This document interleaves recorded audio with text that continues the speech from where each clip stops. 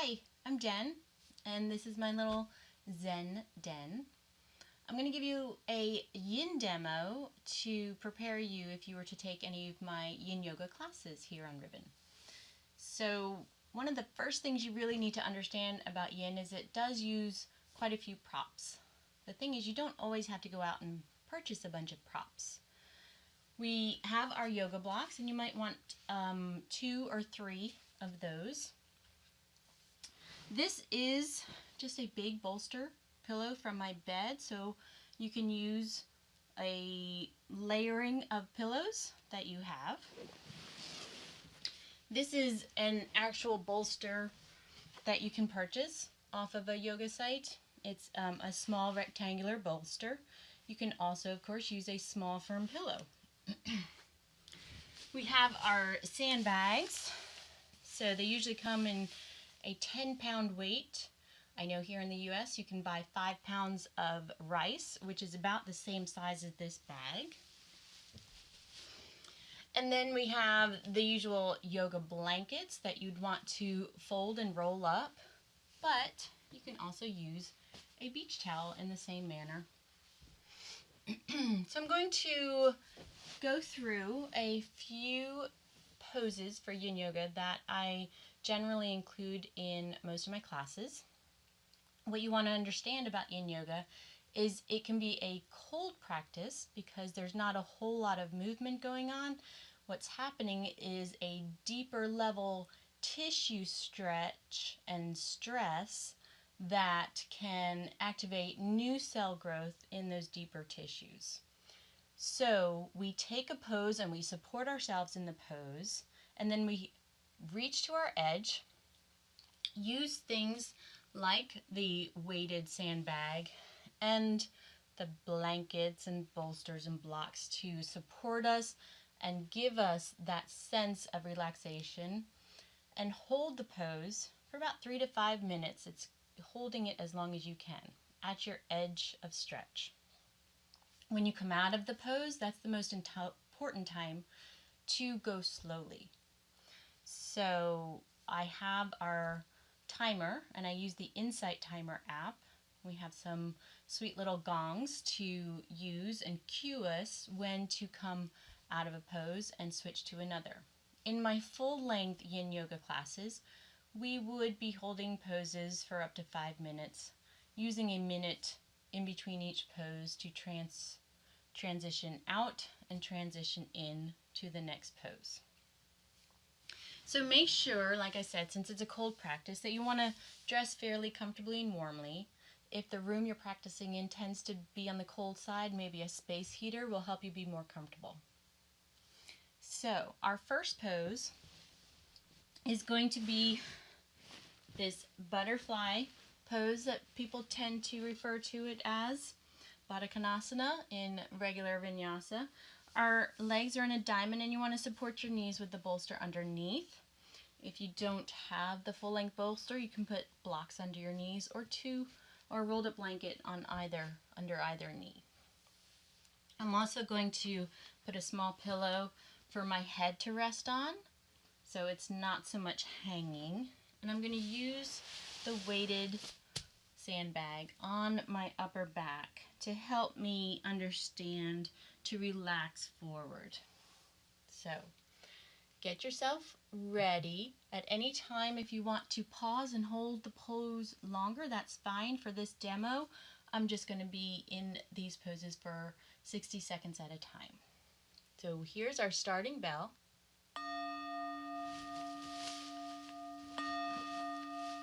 Find yourself reaching forward in the pose.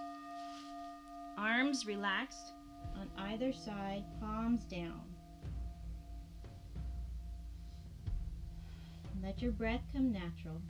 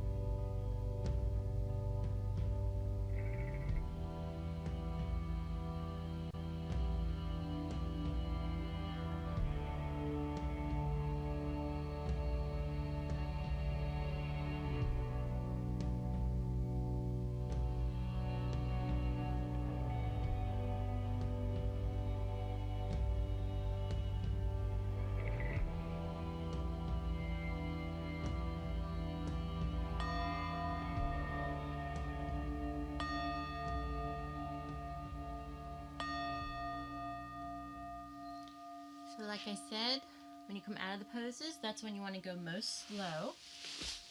So that sandbag rolls off my back, removing the small pillow. I'm going to shift my big bolster. Again, you can use the rolled up blankets over to one side. Laying down on my back, I'm going to take the sandbag for a reclined twist here.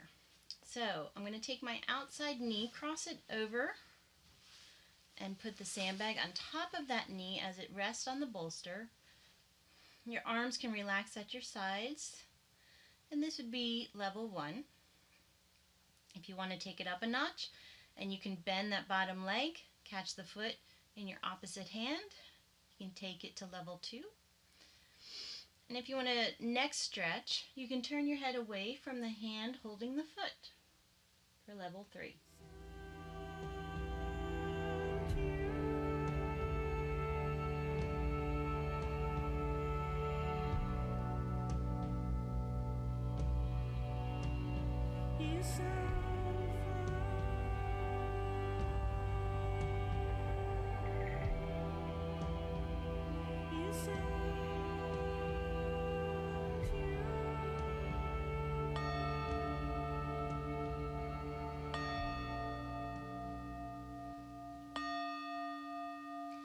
Releasing the foot if you've caught it in your hand, removing the sandbag.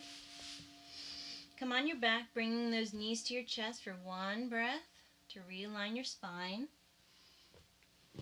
And then to counterpose that twist, we want to do the other side. So the bolster moves to the other side. Your opposite knee crosses over in the reclined twist. The sandbag goes on top of the knee. Relaxing your arms where you may for level 1.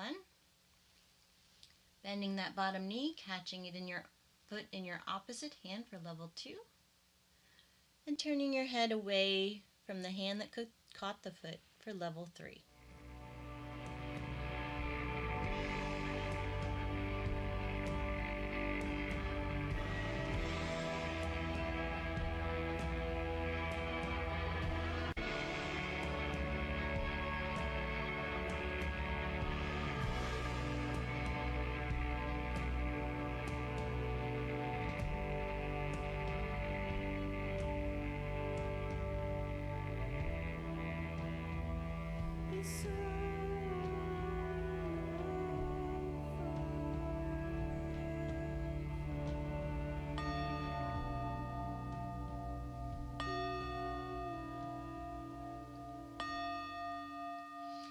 If your hand caught the foot, release.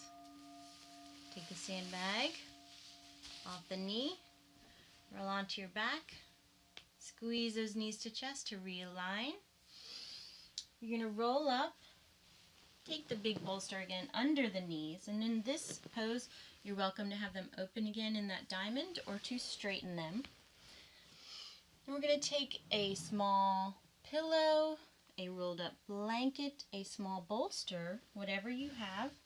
Place it right under our upper chest, and you can either relax those arms out to the side, or you can take the sandbag with your palms to the sky, sandbag on top to reach the arms overhead, relaxing your knees, relaxing your elbows.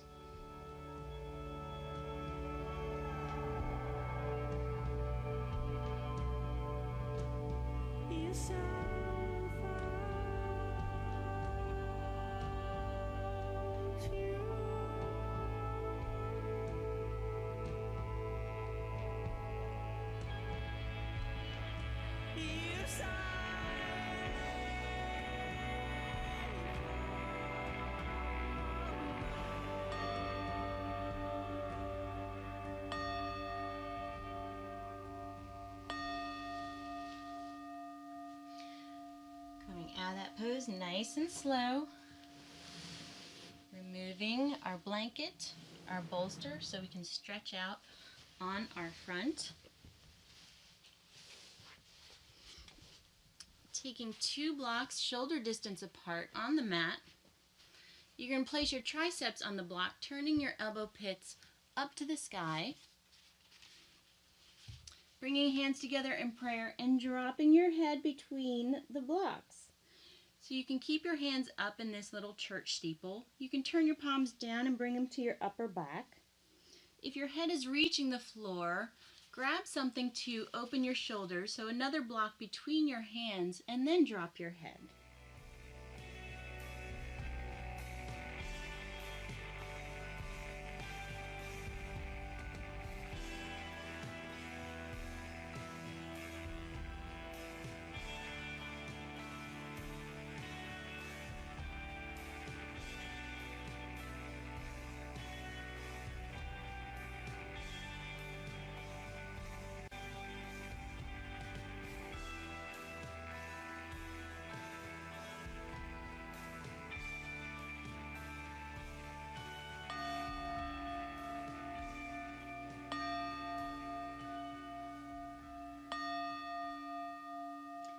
Using a nice strong inhale to push those elbows down into the blocks.